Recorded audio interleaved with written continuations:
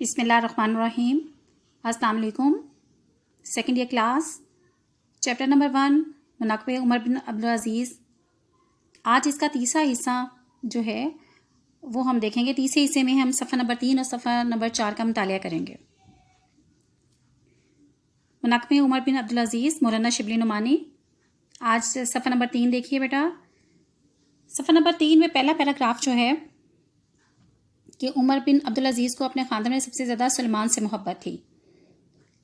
ظاہر ہے سلیمان کے پاس بھی بہت زیادہ جاگیریں تھیں، اور جب عمر بن عبدالعزیز نے کہا کہ وہ جاگیریں جو آپ کے پاس ہیں وہ ان کو واپس کر دیں، تو سلیمان نے ان سے کہا، تو انہوں نے کہا وہ یہ زمینیں تمہارے پاس کہاں سے آئیں؟ تو اس نے کہا کہ حجاج کی اولاد کا حق ہے کہ میرے پاس حجاج کے پاس سے آئیں. اب حجاج جو ہیں وہ جو ہیں حجاج بن یوسف نہایت ظالم، بے رحم اور بے جابر شخص تھا.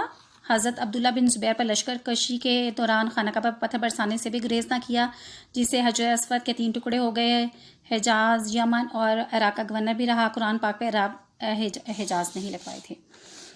تو سلیمان نے کہا کہ حجاز نے دیے تھے، تو پھر عمر بن عبدالعزیز نے سلیمان سے کہا کہ یہ تو پھر حجاز کی اولاد کا حق ہے.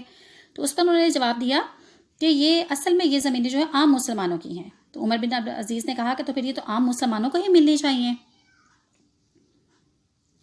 اب اس میں جو ہے ابن سلیمان کو عمر بن عبدالعزیز جو تھے اپنے بیٹوں کی طرح چاہتے تھے، اور اس لیے انہوں نے اس کو کیا جواب دیا کہ میں ان کو اپنے بیٹے کے برابر چاہتا ہوں، لیکن میں خود اپنے نفس کے ساتھ یہی برتاؤ کرتا ہوں. اس کے پوائنٹس دیکھیں بیٹا. ابن سلیمان سے محبت ہے، جاگیروں کی واپسی ہے، حجاج کی زمین، عام مسلمان کو زمین کی واپسی، ابن سلیمان کا رونا، عمر بن عبدالعزیز کا جواب میں خود اپنے نفس کے ساتھ یہی برتاؤ کرنا شامل ہے.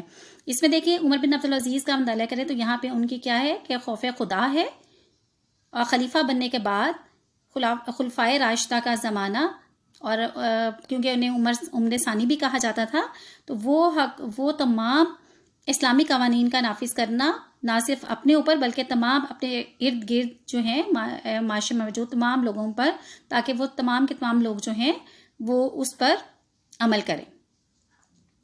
اب عبارت نمبر 2 دیکھیں. اب یہ بنو امیہ کے دفتر اعمال میں سب سے زیادہ قوم کو برباد کرنے والا واقعہ یہ تھا کہ انہوں نے آزادی اور حق گوئی کا اتصال کا مطلب تھا جڑ سے اکھاڑ دینا. اب یہ پیراگراف جو ہے بورڈ کے پوائنٹ سے بہت اہم ہے، بہت دفعہ پوچھا بھی گیا ہے. اب بنو امیہ میں سب سے زیادہ کہ واقعہ کیا تھا کہ وہ کیا کر رہے تھے؟ انہوں نے آزادی اور حق گوئی ختم کر دی. ہم نے پہلے لیسن میں بات کی تھی کہ انہوں نے عام عوام کی زمینیں چھینی، ٹھیک ہے، ان پہ ظلم و ستم کیا، اور ان کا کیا کہا گیا. یہاں دیکھیں جب عبد الملک تخت پر بیٹھا تو اس نے کیا حکم صادر کر دیا، کیا منادی کرا دی کہ میری کسی بات پر روک ٹوک نہیں کر پائے گا کوئی بھی. اگر کوئی ایسا کرے گا تو اس کو کیا کر دیا جائے گا؟ اس کو کڑی سے کڑی سزا دی جائے گی. تو اس لیے لیکن عمر بن عبدالعزیز جیسے ہی خلافت کی انہوں نے کرسی سنبھالی یا مسند پر بیٹھے، تو انہوں نے اس بدعت کو بالکل ہی سرے سے مٹا دیا. اور کیا چیز لاگو کر دی؟ آزادی اور حق گوئی. اور جب بھی عدالت میں بیٹھتے، ٹھیک ہے، جب بھی دربار لگاتے، تو ایک 2 راست باز انسان جو حق گوئی اور سچائی پر تھے ان کو عدالت میں ہر وقت پہ پاس رکھتے، تاکہ اگر جب وہ کوئی فیصلہ کریں تو ان سے کوئی غلطی سرزد ہو جائے تو وہ ان کو لازمی ٹوک دیں. اس سے یہ ہوا کہ عام لوگ جو تھے، عام شہری جو تھے، عام لوگ جو تھے، ان میں جرت پیدا ہو گئی، اور وہ نہایت بے باکی کے ساتھ ان کے اقوال و فعل جو بھی وہ کام کرتے تھے اس پہ آسانی کے ساتھ وہ کیا کر سکتے تھے؟ نکتہ چینی، یہ نہیں، رائے دے سکتے تھے ان کو. اس کے پوائنٹ بیٹا. بنو امیہ کے دفتر اعمال میں بڑی برائی، آزادی، حق گوئی، عبد الملک کا تخت پر بیٹھنا، منادی کرانا کہ کوئی شخص جو ہے اس کی بات پر روک ٹوک نہیں کر سکتا، ورنہ سزا دی جائے گی. عمر بن عبدالعزیز کا بدعت کو مٹانا، 2 راست باز شخص مقرر کرنا، اور عدالت کے وقت غلطی سرزد ہونے پر ٹوک دینا. عام لوگوں کو جرت ملی، لوگ بے باکی سے ان کے قول و فعل پر نکتہ چینی کرتے تھے. یہ پوائنٹ ہے جن پہ آپ بات کر کے تشریح کر سکتے ہیں. اس کا عبارت نمبر 3 دیکھیے. محدث ابن جوزی نے یہ سند واقعہ کی ہے کہ دیکھیں مسلمہ بن عبد الملک جو تھے، یہ مسلمہ بن عبد الملک بن مروان کا بیٹا تھا. عراق اور دوسرے کئی علاقوں کا گورنر بھی رہا ہے یہ، ٹھیک ہے. اب اس نے کیا کیا کہ 2 متولیوں کے، ایک گرجا کے متولیوں کے مقابلے میں دعویٰ دائر کر دیا. اس نے فریقین مقدمہ کیا تھے؟ عیسائی تھے. وہ جب دربار لگایا گا تو وہ کھڑے تھے. تو عمر بن عبدالعزیز نے ان سے کہا کہ ان کو جو مسلمہ بن عبد الملک جو تھے یہ تھے جو خاندان بنو امیہ کا دست و بازو تھے. دیکھیں عمر بن عبدالعزیز جو خلیفہ تھے اور جو بنو امیہ کے سردار جو تھے وہ مسلمہ بن عبد الملک تھے، یعنی کہ بڑے بڑے بزرگ تھے. اب وہ کیا تھے، وہ دربار میں بیٹھے ہوئے تھے.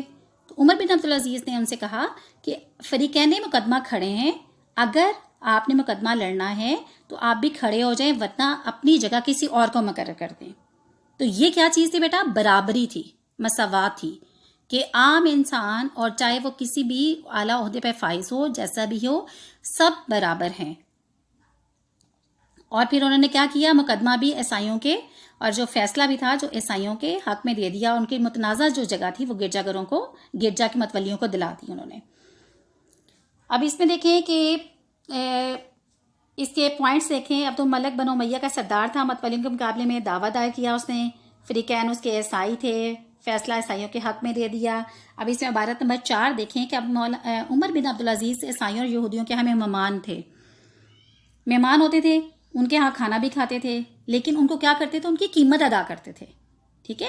وفات کے وقت اپنے مقبرے کے لیے جو انہوں نے زمین پسند کی وہ اتفاق سے کہ ایک عیسائی کی تھی، اس کو بلا کر خریدنا چاہا، لیکن انہوں نے کہا کہ نہیں امیر المومنین، قیمت کی ضرورت نہیں ہے ہمارے لیے، تو یہ امر جو ہے برکت کا باعث ہوگا. لیکن انہوں نے نہ مانا، امیر المومنین نے یہ بات نہیں مانی، یعنی عمر بن عبدالعزیز کو یہ گوارا ہی نہیں تھا. انہوں نے 30 دینار دے کر اپنے لیے جگہ جو ہے وہ قبر کے لیے لی. اب یہاں پہ بیٹا ان کے ہمیں کیا ملتی ہے، اب ان جو اوپر متعلقہ بالا بھی ہم نے جتنے بھی پیراگراف پڑھے ہیں اس میں بھی تمام کیا چیز ہے، ان کا حسن سلوک تھا، ان کا طرز عمل ہے، ان کا نظام حکومت ہے کہ وہ کس نظام کے تحت اپنی حکومت کو چلا رہے تھے. عبارت نمبر 5، عمر بن عبدالعزیز کی حکومت اور سلطنت کا اصل اصول دیکھیں. اصل بات جو کہا نظام حکومت، اب اصل بات کیا تھی ان میں؟ اصل اصول کیا تھا؟ مساوات اور جمہوریت تھی. مساوات کا مطلب برابری، جمہوریت کا مطلب ہر کسی کو آزادی ہے کہ اپنی رائے دے. تمام لوگ یکساں حقوق رکھتے تھے، کوئی امیر غریب یتیم مسکین سب کچھ ایسا نہیں تھا کہ امیر کو جو ہے مرا دی جاتی تھی، ان کو جو ہے ان کی عزت کی جاتی تھی، بلکہ سب برابر تھے. اور بادشاہ کو کسی پر کسی قسم کی کوئی ترجیح حاصل نہیں تھی. ٹھیک ہے. اور اس میں وہ عام عمر بن عبدالعزیز اس بات کا بھی خیال رکھتے تھے کہ اگر وہ عام جہاں سے عام انسان جو تھے، غریب لوگ جو تھے، لنگر خانے سے اگر وہ کھانا کھاتے تھے تو عمر بن عبدالعزیز بھی وہاں سے کھانا کھاتے تھے، اور ایک درہم جو تھے وہ وہاں روز ان کو وہاں پہ بھجوا دیتے تھے. صفحہ نمبر 4 میں دیکھیں بیٹا، صفحہ نمبر 4 میں جو پہلا پیراگراف ہمارا ہے، وہ پہلا پیراگراف ہے کہ ان کا دوسرے لوگوں کے ساتھ حسن سلوک ہے، کہ لوگ ان کو جیسے بھی کہتے ہیں لیکن ان کا ساتھ ان کا حسن سلوک ہے. ایک دفعہ رات کے وقت مسجد میں گئے تو ایک شخص میں لیٹا ہوا تھا. اتفاق سے جو کیا ہوتا ہے کہ عبدالعزیز کی ٹھوکر جو اسے پاؤں پہ لگ جاتی ہے تو وہ ایک دم سے ان کو جو عمر بن عبدالعزیز کو پاگل کہتا ہے. جو اس وقت موجود سپاہی ان کو جو کہتے ہیں، چپڑاسیہ سپاہی جو ان کو کہتے ہیں کہ ان کو سزا دی جائے، لیکن عمر بن عبدالعزیز کیا کہتی ہیں کہ کوئی بات نہیں. یعنی اس کا مطلب ہے وہ کیا کر رہے ہیں، وہ نرمی سے پیش کر رہے ہیں. تو انہوں نے کیا کہا تھا، تو کیا تم پاگل ہو؟ تو انہوں نے آگے سے آرام سے نرمی سے آرام سے کیا کہہ دیا، نہیں میں پاگل نہیں ہوں. تو یہ کیا تھا، ان کا دوسرے لوگوں کے ساتھ حسن سلوک تھا. ایک دفعہ اسی طرح ایک خطبہ دے رہے تھے، تو خطبے کے دوران میں ہی سب لوگ شامل تھے اس میں. تو کسی نے ان کو کہا اے عمر تم فاسق ہو. تو بھرے مجمع میں انہوں نے بڑے پیار اور نرمی کے ساتھ اس کو کہا کہ میں فاسق نہیں ہوں. تو یہ کیا تھا ان کا، اس ٹائم وہ غصہ بھی کر سکتے تھے، غصے میں بھی اس کو کر سکتے تھے، اس کو پکڑوا بھی سکتے تھے، اس کو قید میں بھی ڈلوا سکتے تھے، لیکن انہوں نے ایسا نہیں کیا، لیکن صرف نرمی کے ساتھ کیا کہا، میں فاسق نہیں ہوں. تو یہ کیا تھا ان کا حسن سلوک. اب اس میں دیکھیں عبارت نمبر 1 میں ہی ہمارا صفحہ نمبر 4 کے عبارت نمبر 1 میں حسن اخلاق سے پیش آنا. عبارت نمبر جو ہماری 2 ہے اس میں کہ جب ان کے عمر بن عبدالعزیز کے مرنے کا وقت آیا تو مسلمہ بن عبد الملک نے کہا کہ وصیت کر جائیے. ٹھیک ہے. مسلمہ نے کیا کہا کہ وصیت کر جائیے کہ کہا کہ میرے پاس کیا ہے جس کی وصیت کر دوں. آپ نے کیا جواب دیا اسے، مسلمہ بن عبد الملک کو، کہ میرے پاس کوئی چیز نہیں ہے، میرے پاس کوئی جائیداد نہیں ہے جو میں وصیت کر جاؤں. تو انہوں نے آگے سے کیا جواب دیا کہ میں ابھی 1,00,000 دینار بیچ دیتا ہوں. تو اس کے جواب میں انہوں نے کیا کہا کہ اگر اچھا کیا ہی اچھا ہو کہ جن لوگوں سے یہ رقم وصول کی گئی ہے ان کو واپس کر دیں. تو یہ سن کر مسلمہ بن جو تھے عبد الملک تھے رونا شروع ہو گئے.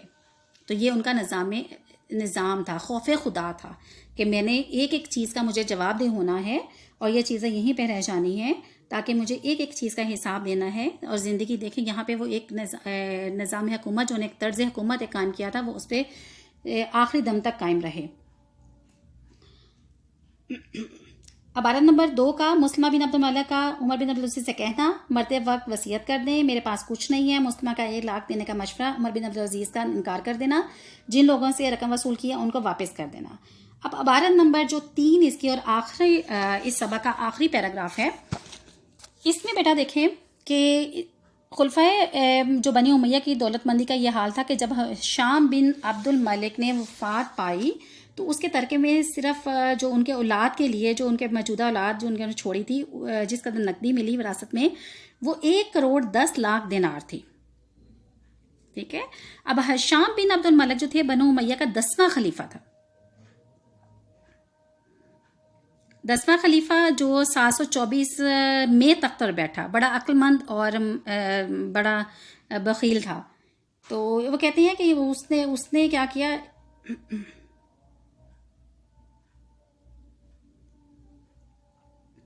لیکن عمر بن عبدالعزیز نے جب وفات پائی تو کل 17 دینار چھوڑے جن میں سے دیکھیں کہ جن میں سے تجہیز و تکفین یعنی ان کے کفن دفن کے لیے جو ہے مصارف ادا کرنے کے بعد 10 دینار بچے جو ان کے کس پہ تقسیم ہوئے ان کے ورثاء پر.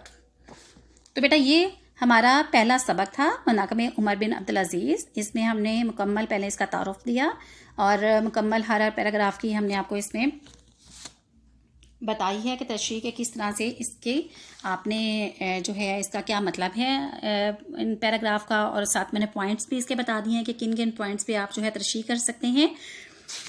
اس کے علاوہ دیکھیں آگے پوائنٹس دے دیے گئے ہیں جو آپ نے کہ ہر عبارت کا کہ اس میں پوائنٹس بنا دیے ہیں تاکہ ان پوائنٹس کو لے کر آپ آسانی کے ساتھ اس کی تشریح کر سکتے ہیں. ٹھیک ہے. مکمل یہ آج کا سبق ہمارا مکمل انشاءاللہ ہوا. آپ اس کے جو ہے اقتباس کی تشریح کیجیے گا جو کہ 15 نمبر کی ہوتی ہے اور اس میں 15 نمبر کی تشریح میں 2 نمبر کا حوالہ متن 3 نمبر کا سیق و سباق اور 10 نمبر کی تشریح ہوتی ہے. تو انشاءاللہ جو ہم نے آج یہ مکمل سبق کیا ہے مناقب عمر بن عبدالعزیز اس کے تمام پوائنٹس اپنے ذہن میں رکھتے ہوئے اس کا خلاصہ تیار کرنے اور تشریح کرنے میں آپ کو انشاءاللہ ضرور مدد دے گا.